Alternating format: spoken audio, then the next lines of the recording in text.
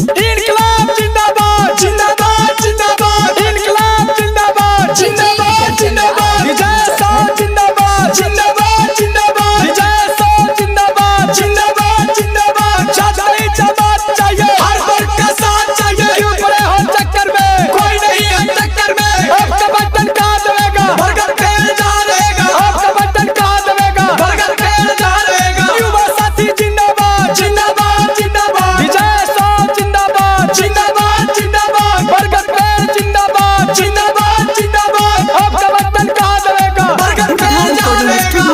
गया किया के मारी कौनी भैया के बलोरो गड़िया उड़त आ बहिना किया के मारी कौनी भैया के बलोरो गड़िया उड़त आ बहिना किया के मारी कौनी छपनी सनवा झंडवा भारत आ बहिना किया के मारी कौनी छपनी सनवा झंडवा भारत आ बहिना किया के मैं जाए सौ के बलोरो गाड़िया उड़ी तया बहिना किया के मैं जाए भैया के बलोरो गाड़िया उड़ी तया बहिना किया के मैं बरगद पेड़ छटनी सनवा झंडवा फहरी तया बहिना किया के मैं बरगद पेड़ छटनी सनवा झंडवा फहरी तया बहिना नोट पर ना वोट बर्बाद करिए चाची अगे नोट पर ना वोट बर्बाद करिए चाची से अब की हमार भैया के जिंदाबाद करिए चाची कि अब की हमार भैया के जिंदाबाद करिए चाची अगे माई कौनी भैया घुमा दिन गलिए गलिए ना कि आगे माई कौनी भैया घुमा दिन गलिए गलिए ना कि आगे माई की ना से हथवा जोड़ी वोट मांग हाथिन ना कि आगे माई की ना से हथवा जोड़ी वोट मांग हाथिन ना किया के मैं जाए भैया गलिए गलिए घूमा हाथी नना किया के मैं जाए भैया गलिए गलिए घूमा हाथी नना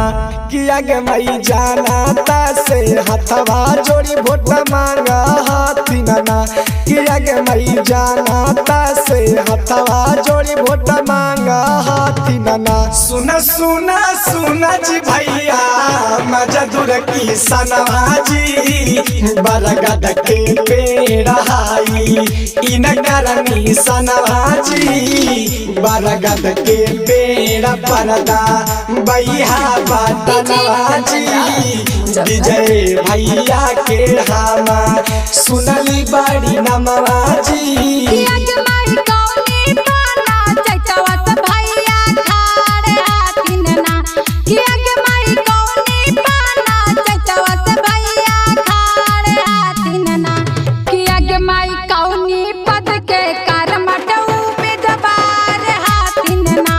कि आगे माई कौनी पद के करमट उम्मीदवार हाथिन ना किया के मैं सांड में फपना चैतवा से भैया खाड़ हाथी नना किया के मैं भाग संख्या 14 से भैया खाड़ हाथी नना किया के मैं पंचायत समिति के करमठ उम्मीदवार हाथी नना किया के मैं पंचायत समिति के करमठ उम्मीदवार हाथी नना बरगद के पेड़ छपनी सनवा लेके सिराहनमा सुसिया जी दावे लाबाटनमा सिखिया जी ना करमन संख्या 5 हाई बरगद के पेड़ छपनी सनवा से उहे परदा बिहावा तनवा गे माई कर पाराचार भूला न गुंजन गा के गाना माजी बरगद के पेड़ छपई